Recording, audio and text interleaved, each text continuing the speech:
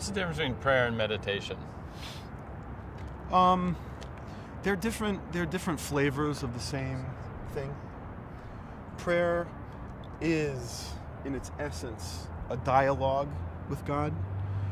Meditation, a different flavor, is awareness of God, awareness of the vastness of spirituality, which is ultimately a bridge to God.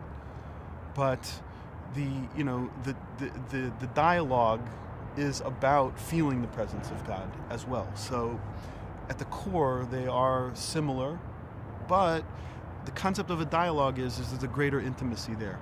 Meditative states relating to deep, feelings of closeness and spirituality and connection to spirituality do not have that same level of intimacy as prayer does. There's a dialogue. I'm saying I need God, and whether we hear it or not, there is a response. Sometimes the answer is yes. Sometimes the answer is no. Sometimes the answer is I have a better idea. Wait and see. But the more we get into prayer, the more we start to realize this is a closer and more intimate connection to spirituality, and it's a similar flavor perhaps to meditation, but more intense. But while you're actually praying, are you saying it's a dialogue, or you're saying you pray and the rest of your life and the things that happen in it is the dialogue? It can be both. Mainly the dialogue is in life, is seeing the response that God has to me. So it's not in the act. So you're not like praying and then you're feeling like something coming back to you. Well, you can. That's why I say there also is that experience. The word in Hebrew for prayer is lehit palel. And the root in Hebrew, every word has a root. The Hebrew root is palal, which has to do with the word itself.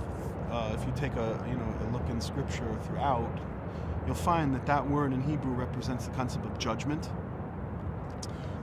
It's ultimately the word lehit palel is a reflexive form of judgment, and in prayer, what I'm really doing is examining myself and asking myself inwardly as well, in addition to speaking to God. But the speaking to God is being measured in terms of how real am I with this idea. Torah, the word Torah is instruction.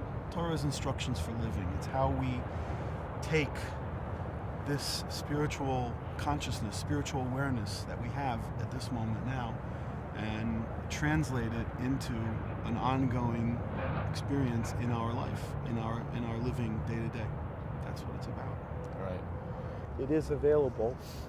You have to have the path. You have to tap into it. Yeah. And how do you tap into it is the path and the process. Yeah, and that involves all aspects of being. It involves thinking. It involves attitude. It involves perspective. It involves my emotional states. It involves so many different things. It involves what I actually do.